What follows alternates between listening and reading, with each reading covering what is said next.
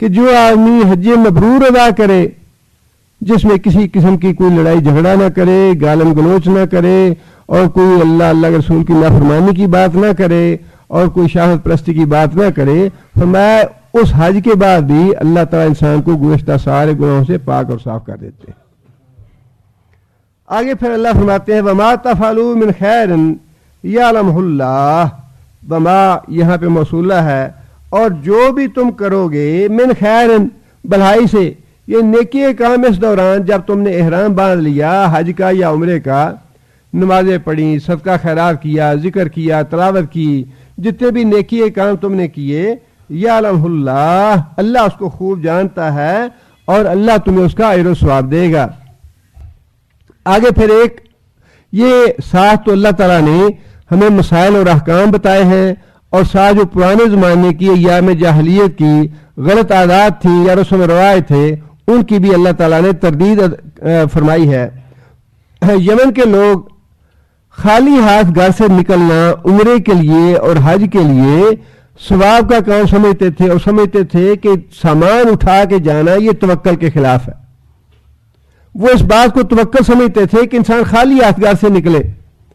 اب اللہ تعالیٰ نے اس غلط سوچ کی تردید فرمائی اس آیت میں، اگلی آیت میں، کہ خالی ہاتھ گھر سے نکلنا، پھر خود پریشان ہونا، دوسروں کو پریشان کرنا، دوسروں سے سوال کرنا، مانگنا، یہ نیکی کا کام نہیں ہے، یہ توکل نہیں ہے۔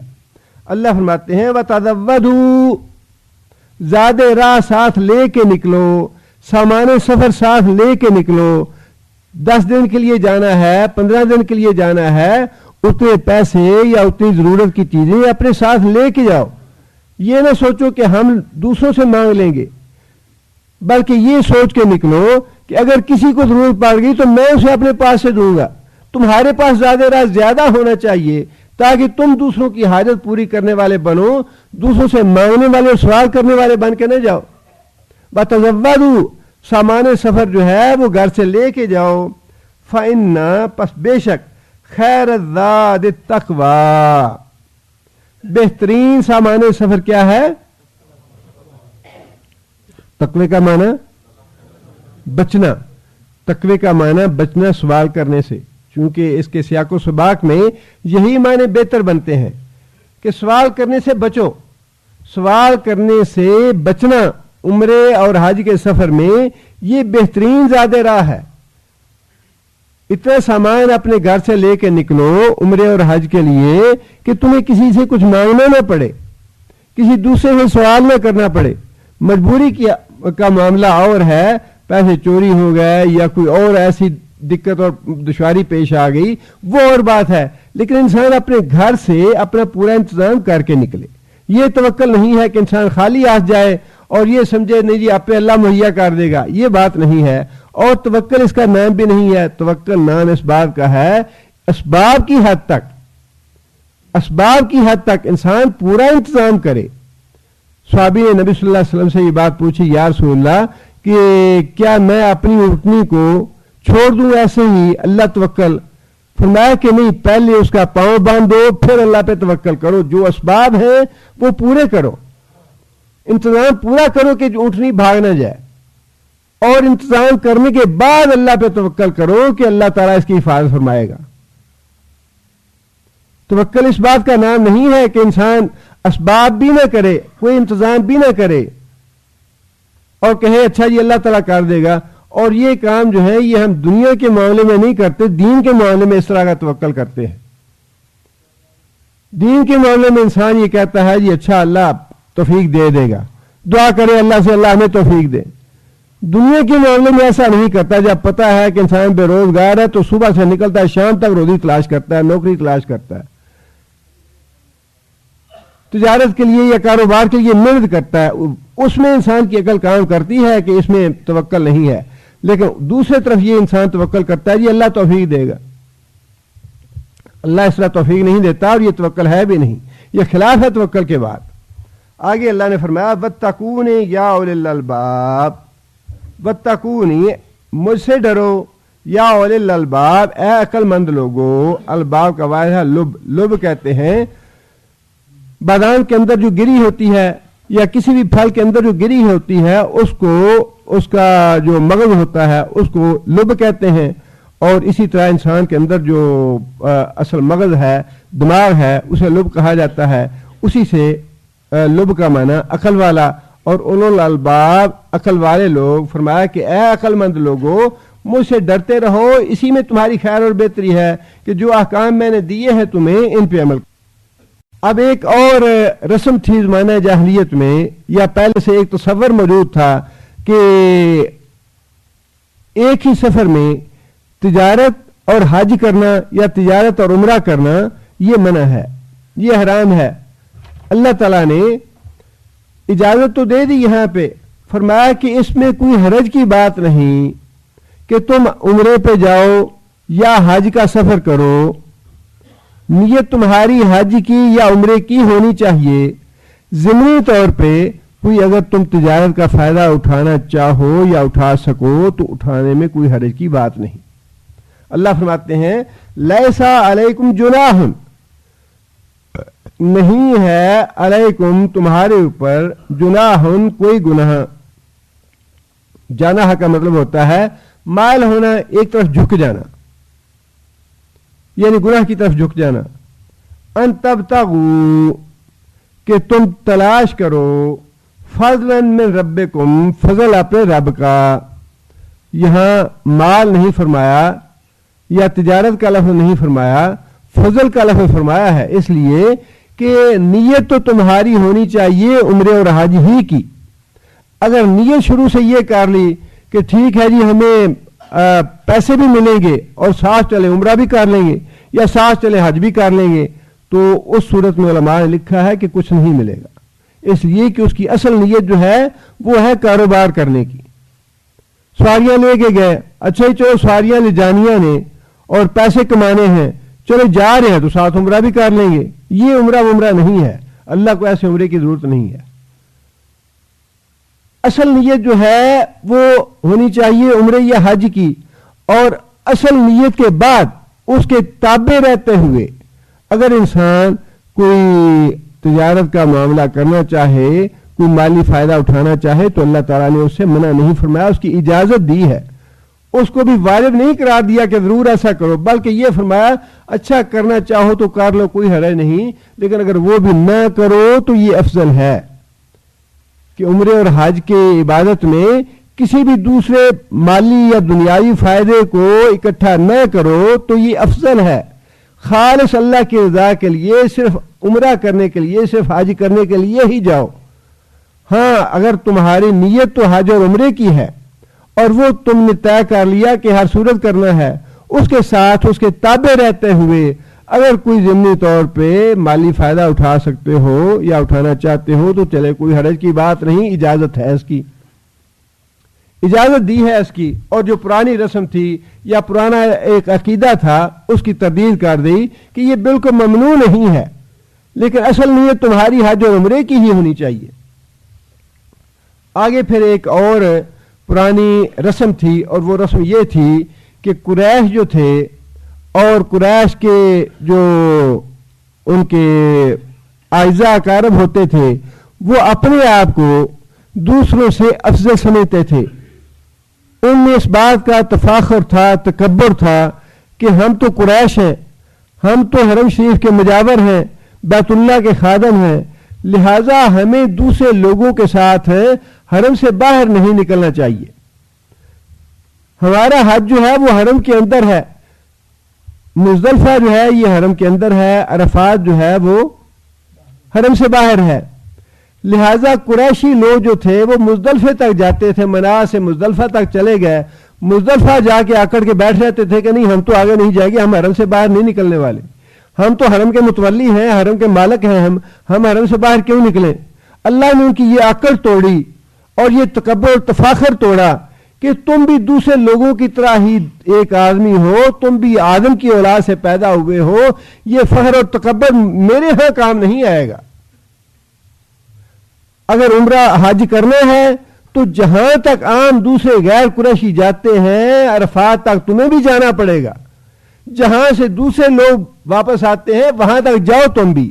اور قریشیوں کی آکڑ کا معاملہ یہاں تک تھا کہ جب رسول اللہ صلی اللہ علیہ وسلم کے ساتھ حج کے لیے گیا وہ، تو بعض قریشیوں کے ذہن میں یہ بات تھی کہ نبی صلی اللہ علیہ وسلم اب عرفات مزدلفہ تک ہی رہیں گے، مزدلفہ سے آگے نہیں جائیں گے. یعنی ہماری جو بد رسم ہے اور جو ہم نے اپنا تفاخر اور تکبر اور بڑائی اپنی لوگوں پہ قائم رکھی ہوئی ہے، اسلام بھی شاید اسی کو قائم دائم رکھے گا. وہ اس انتظار میں تھے کہ نبی صلی اللہ علیہ وسلم مزدلفہ میں رک جائیں گے، لیکن جب انہوں نے یہ دیکھا کہ رسول اکرم صلی اللہ علیہ وسلم مزدلفہ سے آگے عرفات تک چلے گئے، تو پھر ان کا وہ جو پرانا تکبر تھا وہ ختم ہو گیا کہ نہیں جی ہم تو قریشی ہیں، ہم آگے نہیں جائیں گے. اور یہ جو اتنا اونچا دروازہ لگایا ہوا یہ بھی اپنی آکڑ کی وجہ سے ہے نا، کہ جس کو ہم چاہیں گے داخل ہونے دیں گے، جس کو چاہیں گے نہیں داخل ہونے دیں گے. بیت اللہ شریف کا دروازہ اتنا اونچا تو نہیں تھا، دروازہ تو عام مکانوں کی طرح تھا، لیکن قریشیوں نے اونچا اس لیے بنا دیا کہ ہماری چودراہٹ قائم رہے. اور یہ چودراہٹ جو ہے یہ بڑا غرق کرتی ہے ہر جگہ پہ. یہی چودراہٹ ابو جہل کی تھی کہ ہم اس کی بات مان لیں تو اس کا مطلب یہ ہے کہ ہم تو اس کے تابع ہو گئے، ہم اس کے غلام ہو گئے، ہم اس کے پیروکار ہو گئے اور ہماری چودراہٹ تو ختم ہو گئی. اللہ تعالیٰ نے یہ جو پرانی رسم تھی قریشیوں کی، اس کو اللہ تعالیٰ نے نبی صلی اللہ علیہ وسلم نے عمل کر کے توڑ دیا، اور اللہ تعالیٰ نے خود قرآن مجید میں اس کا حکم بھی دے دیا. فرمایا فَإِذَا أَفَضْتُم مِّنْ عَرَفَاتٍ فَاذْكُرُوا اللَّهَ عِندَ الْمَشْعَرِ الْحَرَامِ. فَإِذَا أَفَضْتُم مِّنْ عَرَفَاتٍ، عرفات تک جاؤ اور جب عرفات سے واپس پلٹو. افضتم کا معنی فیض کا معنی ہوتا ہے کسی چیز کا بہنا، پانی کا بہت زیادہ بہنا، اور اسی سے لفظ ہے افضتم کا مطلب یہ ہے کہ جب تم واپس آؤ پلٹو. من عرفات، عرفات سے مطلب یہ ہے کہ عرفات تک تمہیں جانا پڑے گا، مزدلفہ سے نہیں پلٹنا بلکہ عرفات سے پلٹنا ہے. منا سے عرفات جاؤ اور وہاں سے پلٹو، اور جب وہاں سے پلٹو فَاذْكُرُوا اللَّهَ عِندَ الْمَشْعَرِ الْحَرَامِ، تو پھر مشعر حرام کے ساتھ ٹھہرو. آ کے منا سے جا کے مشعر حرام میں نہیں ٹھہرنا بلکہ منا میں جاؤ سیدھے عرفات. جس طرح عام دوسرے لوگ جاتے ہیں ان کے ساتھ تم بھی عرفات میں جاؤ، اور جب عرفات تک پہنچ جاؤ تو وہاں سے واپس پلٹو، اور واپس پلٹنے کے بعد مشعر الحرام کے پاس ٹھہر کے اللہ کو یاد کرو. مشعر الحرام سے مراد مزدلفہ ہے. مشعر وہ جو مزدلفہ کی پہاڑی ہے اسے ہی مشعر الحرام کا نام دیا گیا ہے. اور جس طرح ان صفا والمروہ من شعائر اللہ، یہ دونوں پہاڑیاں جس طرح اللہ کے شعائر میں سے ہیں، اسی طرح مزدلفہ کی یہ پہاڑی بھی اللہ کے شاعر میں سے. اللہ تعالیٰ نے اس کو بھی اپنی نشانی قرار دیا. نشانی کس بات کی؟ عبادت کی، کہ یہاں بھی عبادت کی جائے. اللہ تعالیٰ کی جو نشانیاں ہیں ان سے مطلوب ہی یہ ہے کہ اللہ تعالیٰ کی عبادت وہاں پہ کی جائے. صفا پہ بھی کھڑے ہو کے دعائیں مانگو، عبادت کرو، ساج کرنی ہے، وہاں پہ بھی مروہ پہ بھی یہی معاملہ ہے. یہ عبادت کے لیے نشانیاں ہیں. اسی طرح فرمایا کہ مشعر الحرام مزدلفہ کی جو پہاڑی ہے یہ نشانی ہے عبادت کے لیے. لہذا عند المشعر الحرام، مشعر الحرام کے پاس وہاں جگہ مل جائے پہاڑی کے ساتھ تو وہ افضل ہے. لیکن اگر پہاڑی کے پاس جگہ نہ مل سکے، میسر نہ آئے، تو پورا مزدلفہ جو ہے وہ مشعر الحرام بن جاتا ہے. جس طرح مسجد کے اندر جب جگہ ختم ہو جائے تو باہر کی جگہ اپنے آپ مسجد کے حکم میں آ جاتی ہے. مسجد کے اندر جب جگہ نہ رہے تو باہر کی سڑکیں اور باہر کے میدان جو ہیں اپنے آپ مسجد کے حکم میں آ جاتے ہیں. اور یہی معاملہ منا کا ہے کہ منا جب واقعی بھر جائے، اس کے اندر جگہ باقی نہ رہے، تو منا کا باہر کا میدان جو ہے وہ پھر اپنے آپ منا میں شمار ہو جائے گا. اس لیے مشعر الحرام کے پاس اگر جگہ ملے تو بہت اچھا ہے، لیکن اگر پاس جگہ نہ مل سکے تو پورے مزدلفہ میں جہاں کہیں بھی جگہ ملے وہاں پہ اللہ فرماتے ہیں کہ فَاذْكُرُوا اللَّهَ، اللہ کا ذکر کرو. آگے اللہ نے فرمایا کہ وَاذْكُرُوهُ كَمَا هَدَاكُمْ، وَاذْكُرُوهُ، اور اس کو یاد کرو اللہ کو، کما جس طرح ہدا اس نے ہدایت دی، اس نے رہنمائی کی، کم تمہاری، کس نے رہنمائی کی؟ اللہ نے.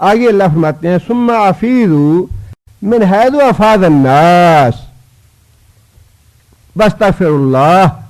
ثم افیضوا، پھر وہی بات اللہ نے فرمائی کہ تمہیں افیضوا پلٹنا چاہیے من حیث افاض الناس، جہاں سے دوسرے لوگ پلٹتے ہیں. مراد یہ ہے کہ عرفات تک جانا چاہیے تمہیں، جہاں سے جس عرفات کے میدان سے دوسرے عام لوگ ہو کے آتے ہیں، قریشیوں کو اور دوسرے جو بڑے بڑے سردار ہیں جو اسلام لے آئے ہیں، ان پہ بھی اب یہ واجب ہے کہ عام لوگوں کے ساتھ نکلو، تم بھی وہاں تک جاؤ. کوئی یتیم ہے، مسکین ہے، غریب ہے، رعایا ہے، محکوم ہے، مجبور ہے، جو بھی ہے، اب سارے احرام پہن کے ایک برابر ہو گئے، مساوی ہو گئے، سارے ایک جیسے ہیں، سب کو یہ عبادت کے طریقے ایک طرح پہ بجا لانے پڑیں گے. واستغفر اللہ، اور اللہ تعالیٰ سے معافی مانگو. کس بات کی؟ اس سے جو پہلے تکبر و تفاخر کی وجہ سے تم عرفات مزدلفہ سے واپس چلے جاتے تھے، یہ حرکت تمہاری درست نہیں تھی، یہ خلاف شریعت تھی، اللہ کی رضا کے خلاف تھی. لہذا اس پہ اللہ سے معافی مانگو کہ آئندہ ایسا نہیں کرو گے. اللہ تعالیٰ نے اس تکبر و تفاخر کو توڑا بھی، اور توڑنے کے ساتھ حکم یہ دیا کہ پچھلی گناہوں کی معافی مانگو. اس کا مطلب یہ ہے کہ اسلام میں یہ اونچ نیچ بالکل نہیں ہے کہ ہم تو یہ کام کریں گے، فلاں نہیں کرے گا، فلاں کرے گا، فلاں نہیں کرے گا. اسلام میں شریعت کے احکام جو ہیں وہ سب کے لیے برابر ہیں. آگے فرمایا ان اللہ غفور رحیم، اللہ سے معافی مانگو گے تو بے شک اللہ تعالیٰ بخشنے والا ہے، مہربان ہے. فَإِذَا قَضَيْتُم مَنَاسِكَكُمْ فَاذْكُرُوا اللَّهَ كَذِكْرِكُمْ آبَاءَكُمْ. فَإِذَا، پس جب قضیتم تم پورے کر لو، مناسککم اپنے مناسک، منسک اس کا واحد ہے، مناسک کا معنی حج کی جتنے بھی ارکان اور عبادات ہیں، اس کے جتنے بھی سنن اور مستحبات ہیں، جتنا بھی حج کے طریقہ ہے، جب وہ پورا کر لو، فذکروا اللہ، تو اللہ کو یاد کرو، کا ذکرکم آباءکم، جس طرح تم ذکر کرتے ہو اپنے آباء و اجداد کا. زمانہ جاہلیت میں لوگ 10 ذی الحج کے بعد جب منائے 11 کو اکٹھے ہوتے، 11 12 13 3 دن ایام تشریق کے، تو وہاں پہ مجلسیں لگاتے، شعر و شاعری کرتے اور اپنے آباء و اجداد کی بڑائی کی ڈینگیں مارتے اور تفاخر کرتے. ہمارے سلطان پدرم بود والی باتیں کہ ہمارے باپ دادا یہ تھے، ہمارے باپ دادا یہ تھے. اللہ نے فرمایا کہ یہ جو رسمیں ہیں یہ اللہ کو پسند نہیں ہیں، یہ تو عبادت ہے، اللہ کا ذکر کرنے والی جگہ ہے. لہذا پہلے جاہلیت میں جس طرح تم اپنے آباء و اجداد کی بڑائی کی ڈینگیں مارتے تھے اور ان پہ تفاخر کرتے تھے، تکبر کرتے تھے، اب آئندہ اس رسم کو ختم کرو. آئندہ کے لیے تمہیں حکم یہ دیا جاتا ہے کہ صرف ایک اللہ کو یاد کرو. ایک تو ذکر کا حکم بھی دیا، دوسرا توحید کا بھی حکم دیا کہ اللہ کے علاوہ اور کسی کا یہاں ذکر نہ کرو. ویسے تو ہر جگہ ہی اللہ کے علاوہ اور کسی کا ذکر نہیں ہے، اللہ کی توحید تو ہر جگہ پہ ہے، لیکن چونکہ لوگ وہاں جا کے کرتے تھے، اور اب بھی اللہ معاف کرے کتنے بد نصیب ایسے ہیں، آتے ہیں حج اور عمرے کے لیے لیکن داتا دربار نہیں بھی بولتا، پھر بھی نہیں جی اس کی تو کیا ہی بات ہے. مدینے والی سرکار بھی ہے تو ٹھیک اچھی ہے، لیکن وہاں جو لاہور والی سرکار ہے اس کا بھی جواب نہیں. آتے یہاں پہ ہیں اور یہاں آنے کے بعد بھی چڑھاوا پیچھے کہتے ہیں جی چڑھاوا وہاں چڑھا دیں، قربانی وہاں کر دیں، دیو وہاں چڑھا دیں. تو وہی بات ہے جو اللہ نے فرمائی کہ اگر اللہ کے ساتھ دوسروں کو یاد کرنا ہے، دوسروں کو ساتھ شریک ٹھہرانا ہے یہاں آ کے بھی حج کے موقع پہ بھی، تو پھر حج باطل ہے انسان کا. فرمایا کہ یاد کرو، اتنا یاد کرو جس طرح پہلے تم اپنی بری رسموں میں اپنے آباء و اجداد کے لیے تفاخر کرتے تھے، اسی طرح پورا وقت جو ہے وہ اللہ کی یاد میں صرف کرو. اور آگے فرمایا او اشد ذکرا، بلکہ اس سے بھی زیادہ شدت کے ساتھ، اس سے بھی زیادہ بڑھ کے اللہ کو یاد کرنا چاہیے، اس لیے کہ یہ عبادت ہے اور ہر جگہ پہ انسان کو تسبیح و تہلیل کرنی چاہیے. عرفات کی صبح سے لے کر عرفات کی صبح سے لے کر 13 ذی الحج کی عصر تک مسلسل تکبیریں ہر جگہ کہنے کا حکم ہے. اللہ اکبر لا الہ الا اللہ واللہ اکبر وللہ الحمد. یہ تکبیریں کم از کم ہر نماز کے بعد عرفات کی فجر کی صبح سے لے کے 13 ذی الحج کی عصر کی نماز تک کم از کم 3 مرتبہ یا 5 مرتبہ تو ہر نماز کے بعد ضرور کہنی چاہیے. اور اس کے علاوہ جتنا بھی کثرت کے ساتھ انسان ان دنوں میں تکبیر اور تحلیل کر سکے یہ عبادت ہے. اور اس کا حکم دیا گیا ہے قرآن مجید میں کہ اللہ تعالیٰ کو خوب یاد کرو, بہت زیادہ یاد کرو ان دنوں میں. آگے پھر اللہ فرماتے ہیں فَمِنَ النَّاسِ مَن يَقُولُ رَبَّنَا آتِنَا فِي الدُّنْيَا وَمَا لَهُ فِي الْآخِرَةِ مِنْ خَلَاقٍ. یہ دنیا دار لوگوں کی بات اللہ نے ارشاد فرمائی کہ دنیا دار لوگ اور مادہ پرست لوگ جن کو اپنی دنیا نہیں بھولتی, فرمایا کہ لوگوں میں سے فَمِنَ النَّاسِ لوگوں میں سے مَن يَقُولُ جو کہتا ہے ربنا اے ہمارے رب آتنا فی الدنیا دے ہمیں دنیا میں, آتنا دے ہم کو فی الدنیا دنیا میں. اللہ فرماتے ہیں وَمَا لَهُ فِي الْآخِرَةِ مِنْ خَلَاقٍ وَمَا لَهُ نہیں ہے واسطے اس کے فِي الْآخِرَةِ آخرت میں من خلاق کوئی بھی حصہ.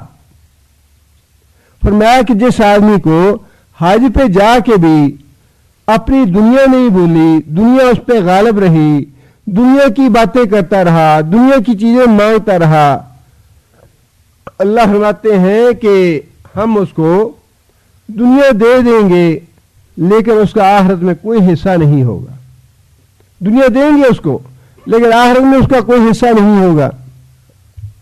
دوسری اگلی بات جو ہے وہ اللہ نے فرمائی دیندار لوگوں کی, جو اللہ اور اللہ کے رسول سے محبت کرنے والے لوگ ہیں, دین سے اور آخرت سے محبت کرنے والے لوگ ہیں. فرمایا کہ وَمِنْهُمْ اور انہی میں سے مَن يَقُولُ جو کہتا ہے ربنا اے ہمارے رب آتنا فی الدنیا حسنۃ آتنا دے ہم کو فی الدنیا حسنۃ دنیا میں بڑھائی. اور آپ غور فرمائیں کہ اوپر جو ہے فی الدنیا اس کے آگے حسنہ کا لفظ نہیں ہے. پچھلی آیت میں الفاظ کیا ہے ربنا آتنا فی الدنیا, یعنی اس آدمی کو اس بات سے بھی غرض نہیں کہ وہ جو مانگ رہا ہے وہ اچھی بات ہے یا بری بات ہے, بس وہ پورے جزم کے ساتھ یہ نہیں کہتا کہ یا اللہ مجھے حسنہ دے, یا اللہ مجھے خیر اور بھلائی دے, بلکہ وہ اپنی طرف سے طے کر لیتا ہے کہ نہیں اگر میرے پاس اولاد نہیں ہے یا لڑکا نہیں ہے تو ضرور یا اللہ ضرور مجھے دیکھا وہ لڑکا میرے لیے ملامت ہی کیوں نہ بن جائے, میرے لیے لعنت ہی کیوں نہ بن جائے, میرے لیے دنیا میں مصیبت ہی کیوں نہ بن جائے. حسنہ نہیں مانگتا بلکہ اللہ سے تعین کر کے نہیں یا اللہ میرا کاروبار ضرور اچھا کر دے, مجھے ضرور فلاں چیز دے دے, مجھے فلاں ضرور عورت مل جائے, فلاں مجھے ضرور مل جائے چیز, تعین کر کے خود اپنی زبان سے کہتا ہے, یہ نہیں کہتا کہ یا اللہ حسنہ دے. فرق سمجھ گیا آپ؟ اللہ سے حسنہ مانگنی چاہیے, اللہ سے حسنہ مانگنی چاہیے. حسنہ جو ہے وہ ایسا جامع لفظ ہے کہ اگر لڑکی دے گا تو اس میں بھی حسنہ ہوگی, لڑکا دے گا تو اس میں بھی حسنہ ہوگی, اگر بیماری آئے گی تو وہ بھی حسنہ ہوگی, اگر صحت آئے گی تو وہ بھی حسنہ آئے گی, غربت آئے گی تو وہ بھی حسنہ ہوگی, عمارت آئے گی تو وہ بھی حسنہ ہوگی. اللہ تعالیٰ سے حسنہ کی دعا مانگنی چاہیے, اللہ تعالیٰ سے کوئی متعین کر کے بات جو ہے وہ نہیں مانگنی چاہیے, اس لیے کہ انسان کو کچھ پتہ نہیں کہ جس بات میں وہ اپنی بڑائی سمجھ رہا ہے, جس بات میں وہ اپنی خیر سمجھ رہا ہے, ممکن ہے اللہ کے نزدیک اس میں بڑائی نہ ہو بلکہ اس کی برائی ہو. اسی لیے اللہ تعالیٰ نے دنیا دار آدمی کے معاملے میں یہ الفاظ فرمائے کہ وہ آدمی جو ہے وہ دنیا مانگتا ہے مجھ سے, بڑائی نہیں مانگتا. اور اللہ تعالیٰ سے بھلائی مانگنی چاہیے. ان لوگوں کی اللہ نے تعریف فرمائی کہ ان لوگوں میں کچھ لوگ ایسے ہوتے ہیں جو دعا یوں کرتے ہیں ربنا آتنا فی الدنیا حسنہ, کہ یا اللہ ہمیں دنیا میں بھی بھلائی عطا فرما. اور فرمایا کہ آگے پھر کہتے ہیں کہ وفی الآخرۃ حسنہ, اور یا اللہ ہمیں آخرت میں بھی بھلائی عطا فرما، وقنا عذاب النار، اور آگ کے عذاب سے ہمیں بچا لے۔ یہ دعا بڑی جامع دعا ہے، حسنہ کے الفاظ اس میں اللہ تعالیٰ نے استعمال فرمائے۔ نبی صلی اللہ علیہ وسلم ایک صحابی کی تیمارداری کرنے کے لیے تشریف لے گئے، اور نبی صلی اللہ علیہ وسلم نے دیکھا کہ وہ آدمی رسول کے کانٹا ہو گیا بیماری سے۔ نبی صلی اللہ علیہ وسلم کو تعجب ہوا، نبی صلی اللہ علیہ وسلم نے اس سے پوچھا کہ تم نے کوئی دعا تو نہیں مانگی یا کوئی بات تو نہیں کہی؟ کہنا یا اللہ یا رسول اللہ، میں نے اللہ تعالیٰ سے یہ دعا کی تھی کہ یا اللہ تو نے جو سزا مجھے دینی ہے دنیا میں دے لے، آخرت میں مجھے کوئی سزا نہ دینا۔ نبی صلی اللہ علیہ وسلم نے فرمایا کہ سبحان اللہ، کون آدمی ہے جو اللہ کی سزا اس دنیا میں بھگت سکے یا برداشت کر سکے؟ تم نے یہ کیوں نہ کہا ربنا آتنا فی الدنیا حسنۃ وفی الآخرۃ حسنۃ وقنا عذاب النار؟ تم نے اللہ سے حسنہ کیوں نہ مانگا؟ حسنہ آئے گا تو تمہاری بیماری بھی حسنہ بن کے آئے گی، اتنی جتنی تم برداشت کر سکو۔ تمہارے لیے آزمائش بن کے نہیں آئے گی، تمہارے لیے گناہوں کا کفارہ بن کے آئے گی۔ یہ دعا تو اللہ سے مانگنی نہیں چاہیے، آزمائش کو دعوت نہیں دینی چاہیے، اللہ کی پناہ مانگنی چاہیے مصائب سے، آلام سے۔ اور پھر حج کے دوران بھی خاص طور پہ نبی صلی اللہ علیہ وسلم نے طواف کے دوران نبی صلی اللہ علیہ وسلم مسلسل دعائیں مانگتے تھے، لیکن باقی طواف میں کوئی دعا نبی صلی اللہ علیہ وسلم سے کسی بھی صحابی نے بتائی نہیں، سوائے رکن یمانی اور حجر اسود کے درمیان والی جگہ پہ اس کا مطلب یہ ہے کہ اس جگہ پہ نبی صلی اللہ علیہ وسلم نے اونچی آواز میں یہ دعا مانگی جو صحابہ نے سنی، اور صحابہ نے آگے پھر بتائی امت کو کہ نبی صلی اللہ علیہ وسلم نے اس جگہ پہ یہ دعا مانگی تھی، ربنا آتنا فی الدنیا حسنۃ وفی الآخرۃ حسنۃ وقنا عذاب النار۔ باقی سارے طواف میں بھی دعائیں تو مانگی، لیکن اس کا مطلب یہ ہے کہ باقی طواف میں نبی صلی اللہ علیہ وسلم نے آہستہ سے دعائیں مانگی جو صحابہ نہیں سن سکے اور بتائی نہیں امت کو۔ لیکن اس دوران یا اس جگہ پہ رکن یمانی سے لے کر حجر اسود تک نبی صلی اللہ علیہ وسلم نے یہی دعا مانگی جو صحابہ نے سنی اور آگے بتائی۔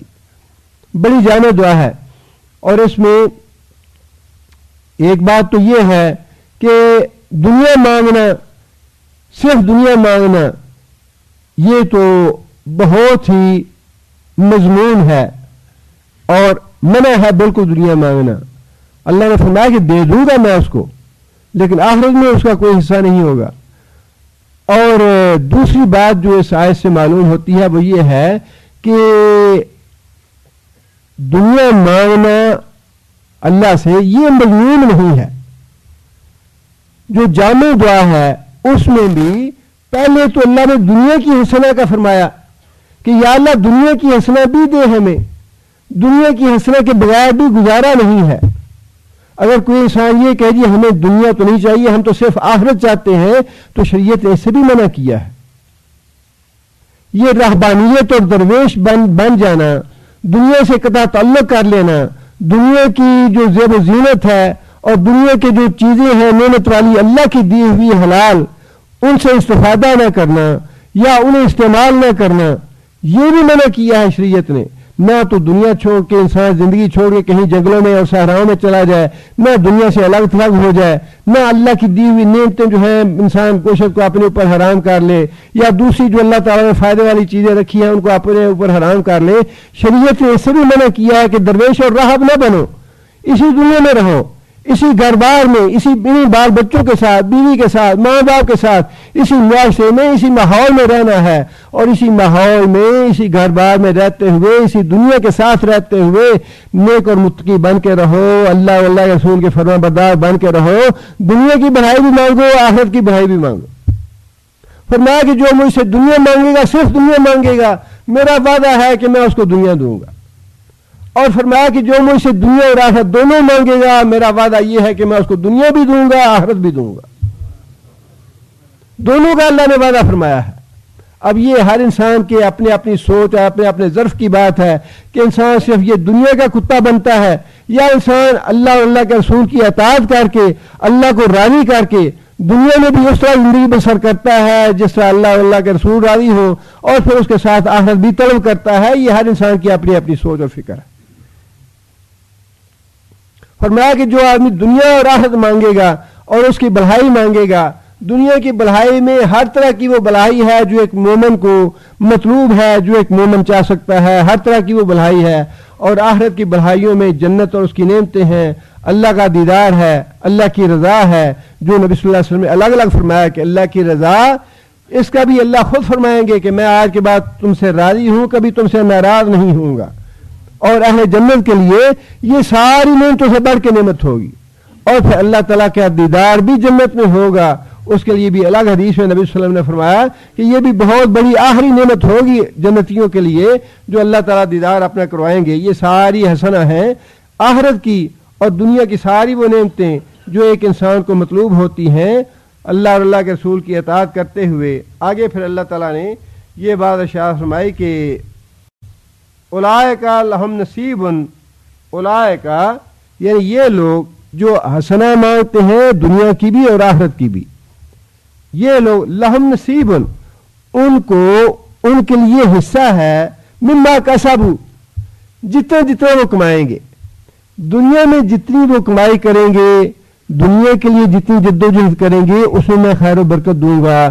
ایک آدمی تھوڑی محنت اور مشقت کرتا ہے اس کے لیے اس حساب سے، جو زیادہ کرتا ہے اس کی اس حساب سے. اسی طرح آخرت کے معاملے میں جو تم کام کرو گے، جو نیکی کام کرو گے، اجر و ثواب کے کام کرو گے، جیسے جیسے تمہاری محنت ہوگی ویسے ویسے میرا اجر و ثواب ہوگا. جس کی جتنی محنت ہوگی اتنا ثواب ہوگا، محنت کم ہے ثواب اتنا ہی اس حساب سے ہوگا، محنت جس کی زیادہ ہے اس کو اسی حساب سے اس کا حصہ ملے گا. فرمایا کہ اولئک لہم نصیب، یہ وہ لوگ ہیں جن کے لیے حصہ ہے مما کسبوا، جو کچھ انہوں نے کمایا، جتنی انہوں نے محنت کی، ان کی محنت کے اعتبار سے حسنہ ان کو ملے گی، دنیا کی بھی حسنہ ملے گی، آخرت کی بھی ملے گی. واللہ سریع الحساب، اور اللہ تعالیٰ بہت جلدی کرنے والا ہے حساب لینے میں. یعنی حساب لینے میں اللہ کو کوئی امر مانے نہیں ہے. اللہ جب بھی چاہتا ہے، جس کا چاہتا ہے فوراً اسے حساب لے لیتا ہے. آخرت کا حساب تو ہونا ہی ہونا ہے، لیکن اگر اللہ چاہے اس دنیا میں کسی کے ساتھ حساب بے باک کرنا تو اس دنیا میں بھی اللہ حساب بے باک کر سکتے ہیں. آگے پھر ایام تشریق کے مسائل ہیں تو انشاءاللہ اگلے درس میں اس کے بارے میں عرض کروں گا.